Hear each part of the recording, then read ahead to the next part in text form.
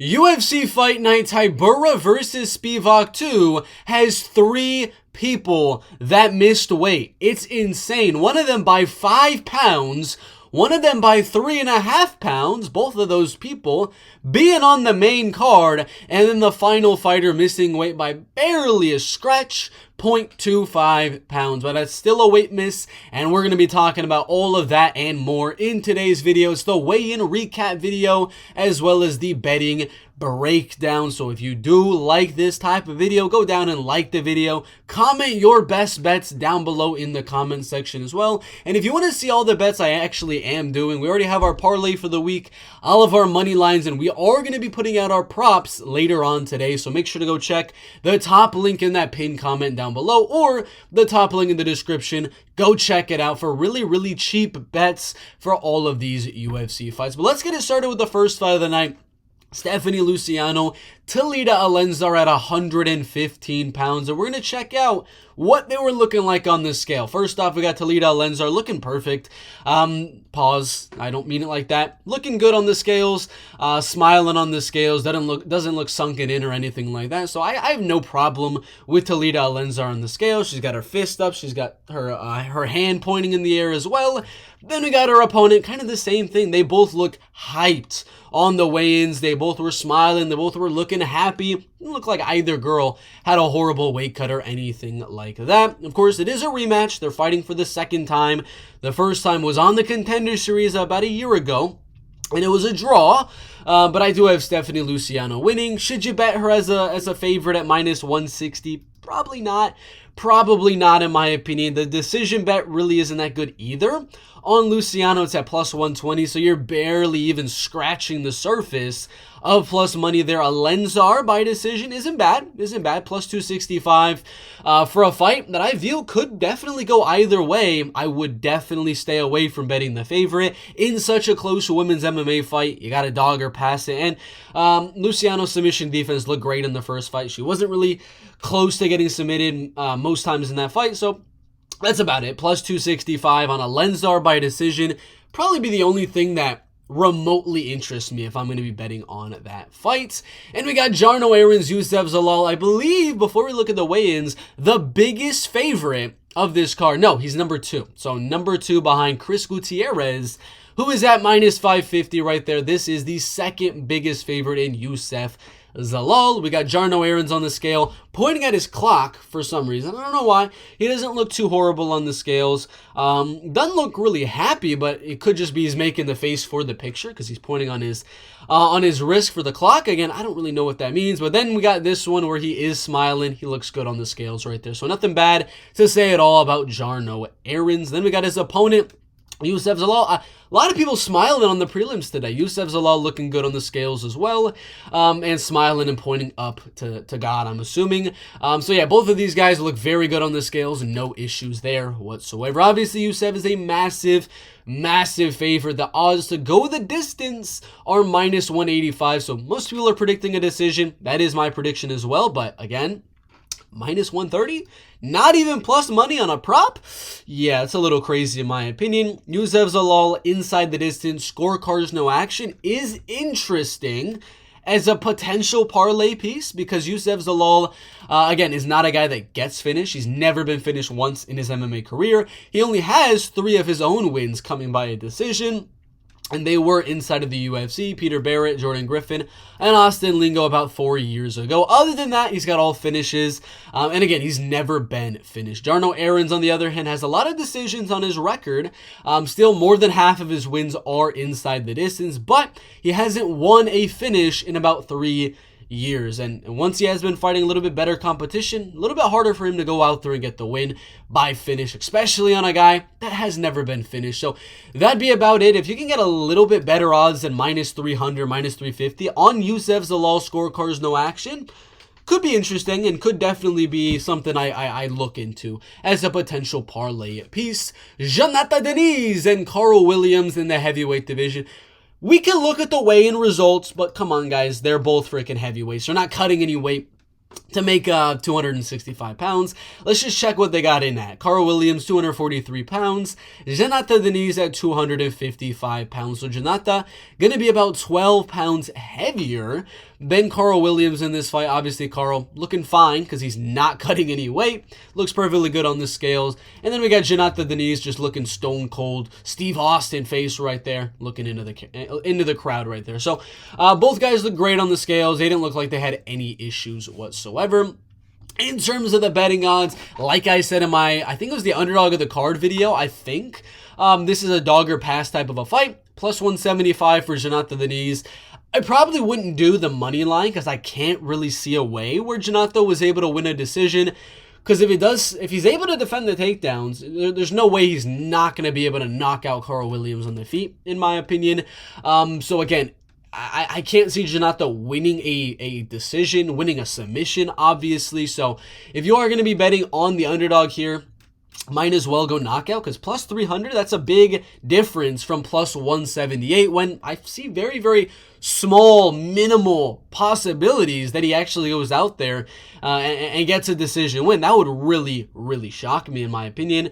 So yeah, plus 300 isn't actually horrible. Williams by decisions at plus 163.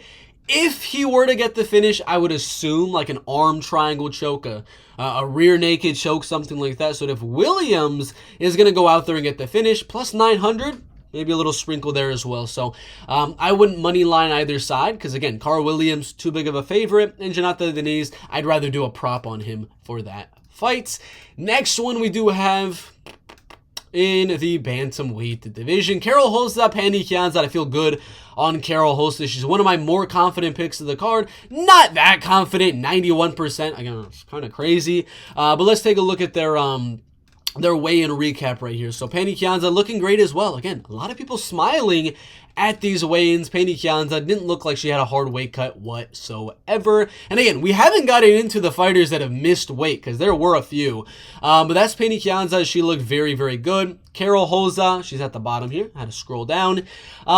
Looks a little bit iffy. Like she doesn't look as good as Pannie Kianzad, but she doesn't look horrible either. So I would say Pannie Kianzad looks a little bit better on the scales, but nothing that's going to sway my prediction a whole lot in either direction.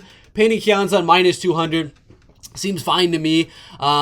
Prop bets on this fight. Obviously, I think the fight is going to go to a decision.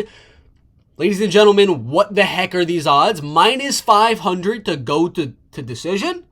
Are you kidding me? Like, I know Karol Rosa, if we're looking at her record, I know she got a lot of decision wins. 11 decision wins. Last time she was able to get a finish in the UFC. She's never gotten a finish in the UFC, and she's never been finished inside of the UFC. So, yeah, I mean, I do think the fight goes to a decision, but like Pannie Kianzad, I believe she has been finished. She's been knocked out before. She's been submitted 3 times. She's coming off a loss by submission in her last fight. She's lost twice by submission inside of the UFC. Has been ground and pound TKO'd. So Karol Rosa to get the finish is live here. I don't understand why the odds are that crazy towards Pannie Kianzad, Karol Rosa going the distance. I would say like the only possible thing I would even consider sprinkling on would be Rosa inside the distance. That'd be it for the props. Because Pannie Kianzad knocking out Karol Rosa. If Irene Aldana's not doing that in a 3-round war, Pannie Kianzad's not. So I would 100% say if there's going to be a finish, it'll be Karol Rosa. Minus 225 is actually great. That is actually great. If you're on Bovada, man, like let me scroll down in case you can see it. Minus 225 on Bovada for Karol Rosa inside the distance, winning by knockout or submission. And if it goes to a decision, you get your money back. That's great value. Minus 325's iffy. It's kind of borderline if I would bet that or not, but minus 225, actually really, really solid in my opinion. But that's my thoughts on that one at 135 pounds. Are we at a fighter that missed weight yet? Let me see. Do we have one that missed weight? No, we don't. Again, all the people that missed weight are on this main card. So one more, and then we get into some fighters that missed weight, and the weigh-in recap is going to be pretty useful when we do that one there. Charalampos, Grigoriou, Toshiomi, Kazama, bantamweight fight, pretty lower level bantamweight fight in my opinion. Toshiomi Kazama looking weird on the scales, but I think that's just kind of his face. I don't know what his eyes are looking at. They're looking up a little bit high, but it doesn't look horrible on the scales. It's just kind of like what his face is doing. I don't know what he's doing. But yeah, he didn't look horrible on the scales there. Where is my guy Charalampos? I think that's how you say it. Charalampos. Oh my god. Grigoriou. I think that's how you say it. But he also looks great on the scales. Looks strong, looks fit, looks jacked. He looks good on the scales as well. So nothing really bothering me there. If we're looking at the betting odds for Toshiomi Kazama, Charalampos, Grigoriou, again, mainly the only thing would be that's not good. Never mind. I was going to say maybe a Grigoriou, my god, Grigoriou knockout prop, but minus 110 is kind of crazy. I mean, I would not consider putting money on that. That's not good at all, in my opinion. Grigoriou by decision, iffy, because I think Charalampos can definitely win by a decision. I think, again, the knockout prop is insane. He's got 6 knockouts on his record. He's got 2 decision wins on his record. He's on 3 knockouts in a row, then went to a decision with Chad and Helliger. Before that, an 0-2 guy he went to a decision with. So, you know what? That's about it. I wouldn't really consider at all doing a minus 110 on the knockout prop. If you're going to do anything here, maybe you even go to DraftKings or something and do a unanimous decision prop on Grigoriou. That's on Bovada, not DraftKings, never mind. But plus 450 on Grigoriou, unanimous decision. Feel good about. He's better in the striking by a lot than Toshiomi Kazama, and I don't really expect much wrestling or grappling. Next one, this is where we get into it, ladies and gentlemen. This is where we get into the horribleness on the scales. What the heck are you doing, Chelsea Chandler? 135.5 pounds for Yana Santos, the professional. Chelsea Chandler, 141 pounds, 5 pounds over the UFC bantamweight limit. That is disgraceful. Like, you shouldn't even be fighting in the UFC if you're going to be missing weight by 5 pounds. 5 pounds. That is a crazy amount to be missing by in the women's bantamweight division. I know you've had UFC featherweight fights at 145 pounds. That division's gone, so I think at this point, Chelsea Chandler should also be gone if she just can't go out and make 135 pounds. She doesn't deserve to be in the UFC because there's no featherweight division. She's 33 years old. She can't make 135. I think this is the second fight in a row where she's missed weight. The last one, Josiane Nunes, and I feel bad because I am a fan of Josiane Nunes. She follows me on Instagram. We've talked before. But she missed weight by a pound on that one as well. And now it's getting worse. It was a pound last time. Now it's 5 in the UFC's bantamweight division. Julija Soliarenko, that was her UFC debut. And they had to make that one a catchweight of 140 pounds because she couldn't make bantamweight. Norma Damont, I think they did that at the women's featherweight limit. So I don't know how she's still in the UFC. After this fight, I think she should kind of be gone at this point. Yana Santos, she always kind of has this stone cold look on the scales, but she looks great. Let me go over to Chelsea Chandler. The unprofessional, and she looks horrible. She does not look good on the scales at all, and this is 5 pounds up. Imagine what she would look like making weight if she's looking like this rough, at 141. Imagine what she would look like at 136, making weight for the women's bantamweight division. This is not good at all for Chelsea Chandler. And I know what you're going to say. Does this make you more confident in Chelsea because she's going to be a lot bigger than Yana Santos? Or does this make me more confident in Yana Santos because maybe Chelsea's going to go out there with a bad gas tank, going out there dizzy and things like that? I think there's advantages to both sides, but I actually think this is an advantage for Chandler. This is an advantage for Chandler. She's going to be way bigger. She didn't have to suffer and cut down 136. If the fight does go on and they continue to make this fight, I'm more confident in Chandler, unfortunately. I'm 100% rooting for Yana Santos to go out there and get the win, but this makes me incredibly more and more confident for Chelsea Chandler to get the decision. So I'm rooting for Yana Santos, but in terms of a betting perspective, I'm not going to bet Yana Santos because I know she's 5 pounds lighter than Chelsea Chandler. This would be it. Chandler by a decision. I don't think she'll have the energy late to go out there and finish Yana Santos because she's going to be a little bit gassed out. But she's going to be so much bigger and able to outmuscle these situations because she's not going to have to cut the weight. So plus 250 on Chandler decision, that's about it. But that's horrible. 5 freaking pounds? That's bad. She should be cut. After this fight, if Yana Santos still continues to go out there and still wants to do the fight, which is commendable if she does want to, cut Chelsea Chandler and give Yana Santos like 50% of Chelsea Chandler's purse. 50.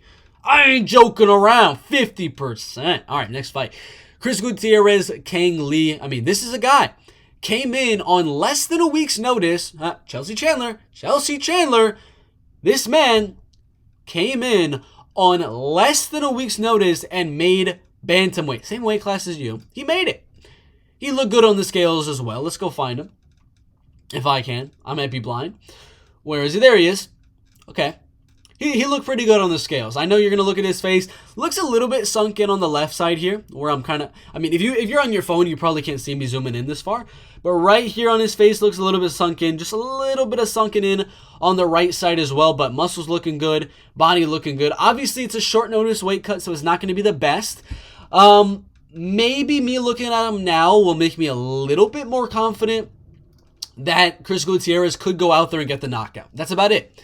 Because now I know, I mean, he still did have a rough weight cut. It wasn't like he was already down on weight. He already had a fight for this weekend and just had to change opponents from the regional scene to now. Kind of like how Jordan Vucenic did it, where he already had a lightweight fight. And then a week later, he's got another fight in the lightweight division. This one, his next fight was in like a few weeks, maybe even a month. So he didn't have a lot of time to cut this weight. So he didn't look amazing on the scales. He didn't look horrible on the scales either. But that does make me a little bit more pushed to the side of a Chris Gutierrez knockout. So that'd be about it. Chris Gutierrez by knockout is at plus 200. Decision is the prediction, but I think it's kind of 50-50. Could literally go either way. And what do I say about props that can go either way? Take the plus money one always. I mean, if you're going to bet either, don't freaking go minus 125. Even if you're like 51%, I think Gutierrez decision. 49%, maybe Gutierrez goes out there, gets the knockout. Go plus money because it's way better value. Minus 125 on a decision is just not enough value, in my opinion, on Chris Gutierrez. Obviously, yes, he's got a lot of decision wins, 10 to be exact right there. But he's got half wins by finish, half by decision. It's that close. Probably should do the knockout prop. He's got knockout wins over Dana Bakkeril, Frankie Edgar. So 2 out of his 3 last wins in the UFC have been inside the distance against Frankie Edgar, former champion, and then Bakkeril Dana. Both guys that, didn't come in on short notice like Kang Lee. So I'm a little bit more confident in the knockout now on Chris Gutierrez. That would be my thoughts. Next one we got Danny Barlow, Nikolay Veretennikov, another missed weight fighter right here in Danny Barlow. Not by a lot. 171.3 pounds. So he missed weight by 0.25 or 0.3, however you want to kind of look at it right there. He didn't look good on the scales, I'll have to admit. I mean, might have just been like the frustration of obviously missing weight, but his face does look a little bit sunken in. He doesn't look as big as he usually does.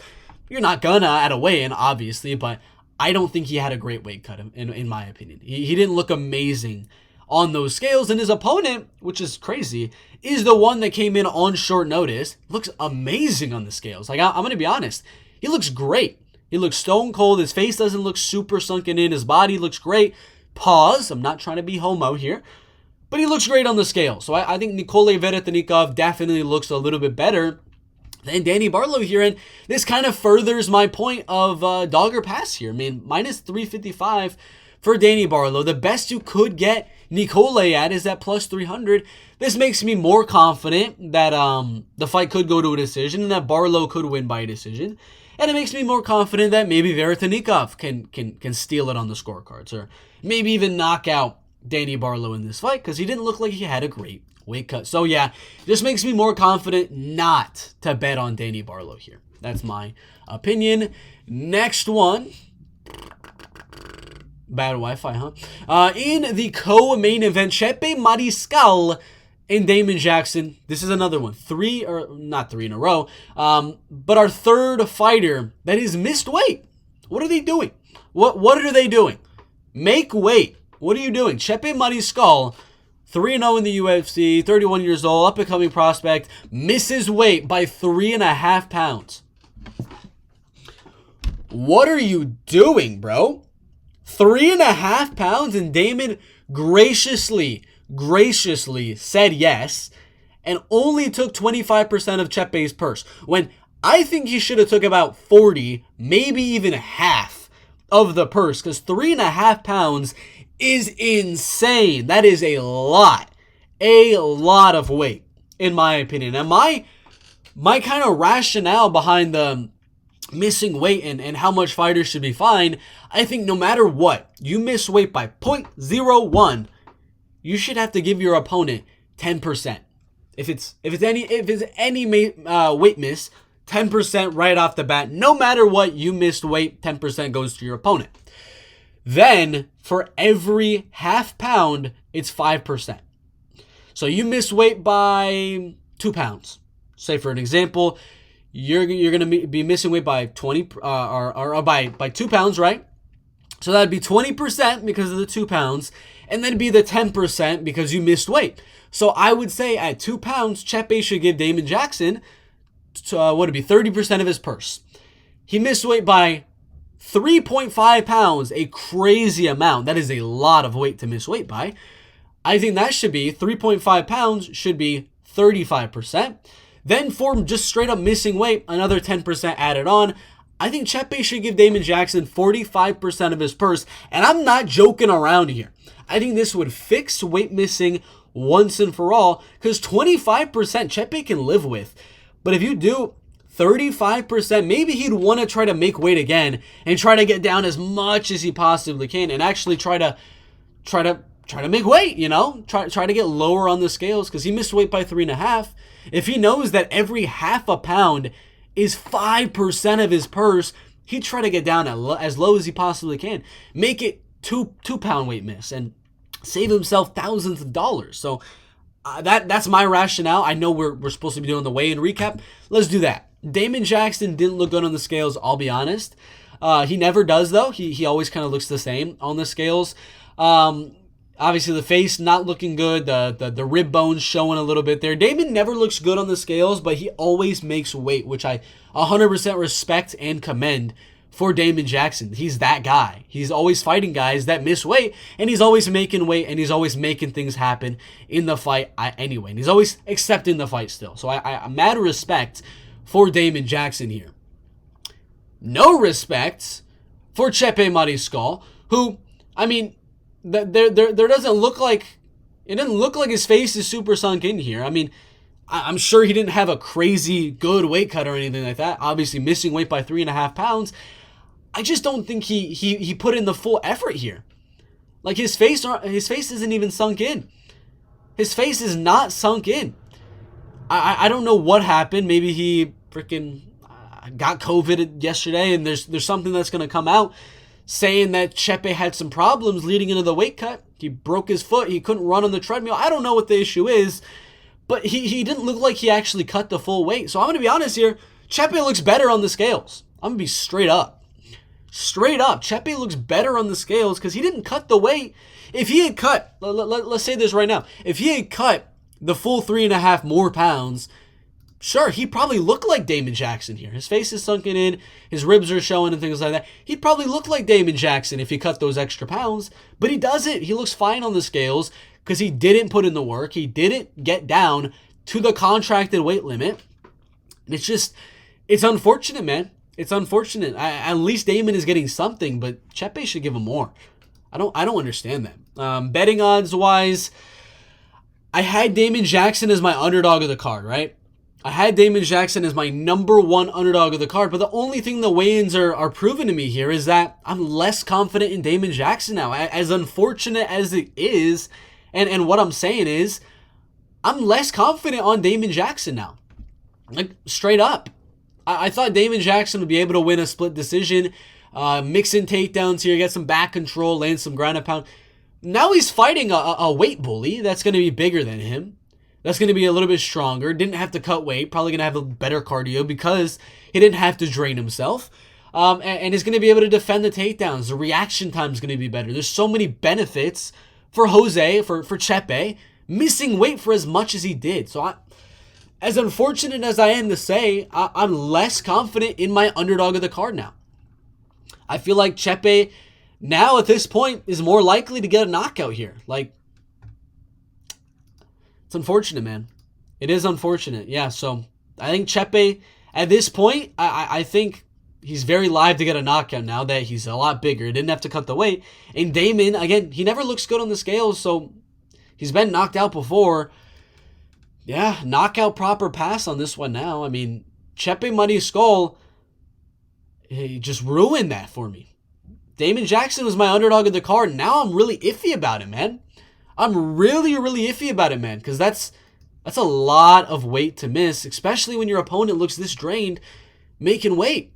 I don't like it. I don't like it at all. Chepe, you've lost a lot of my respect. Again, I don't know what's happening behind the scenes. You could have had, I don't know, you could have had some crazy problem nobody knows about that 100% confirmed prevented you from making weight. We'll find out in the future, but as of now, until we hear a good excuse, a great excuse for this weight miss, and same for you, Chelsea Chandler, until we hear a great excuse for that, you guys both lost my respect, and I no longer am going to root for you.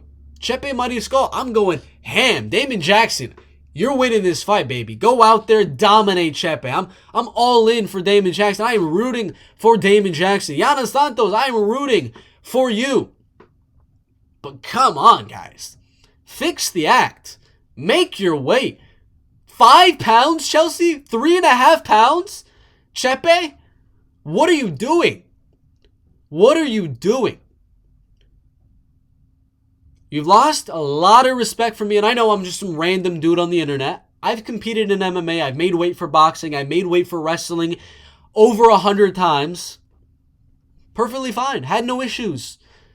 And I've done it weeks and weeks and weeks, over and over and over. Every 3 or 4 days, making weight again, cutting 15, 20, 25 pounds at times, and making weight. And I'm not a professional. I'm a kid with nobody helping me make the weight. What are you doing? What are you doing? All right, main event. That was my little rant there. Main event: Marcin Tybura, Sergey Spivac. Before we look at the pictures, we got to look at the actual weigh-in results here because it's heavyweight. Got to see how much the size discrepancy is. Sergey is small, man. I was shocked when I saw this. Like his last fight, Sergey versus Ciryl Gane, the main event of UFC Paris, about a year ago. I mean, Sergey hasn't been really active recently, but he weighed 256. He weighed 256 against Ciryl Gane. What? Against Derek Lewis, he weighed 255. What's happening, man? I mean, he's in the mid 250s twice in a row, has a year layoff to fight Marcin Tybura in this main event, and then he comes in for this one at 238. What is that, 12, 17, 18 pounds lighter. I don't know, that's weird. That's random. I was not expecting that. I thought Marcin was saying it all week. He thought Spivac was going to be the bigger fighter, and then Tybura's freaking what is that, 12, 14 pounds heavier than Sergey, because Sergey's just dropped weight fast for, I don't know what the reason would be. But yeah, I mean, I don't understand that. Let's look at the pictures now. I mean, he looks the same as normal, like maybe a little bit less flab. He looks a little bit more like in shape, I guess you can say, but it is weird, man. That's a big weight discrepancy, man. Let's check Marcin Tybura. He always kind of looks the same literally every fight. He doesn't cut weight. He's kind of always in those 250s. But yeah, I mean, what's happening there? I don't know. But I guess this makes me more confident in Marcin. I was honestly expecting Spivac to be the bigger fighter. And that's what I thought he was going to use early on in this fight to beat Marcin Tybura with the wrestling, with the grappling. Now I'm more confident in Marcin. I predicted Marcin by decision, and now I'm more confident in Marcin Tybura to go out there and get that decision. So yeah, I don't really like any of the props for this fight, if I'm being honest with you. So yeah, I'm just more confident in that plus 140 line on Marcin Tybura when the odds really should be like minus 115, minus 105, going either way. Very close one, but yeah, weird that he lost that much weight. But yeah, that's the weigh-in recap and the betting breakdown for this stacked UFC fight. No, it's not. It's freaking horrible. It's not good.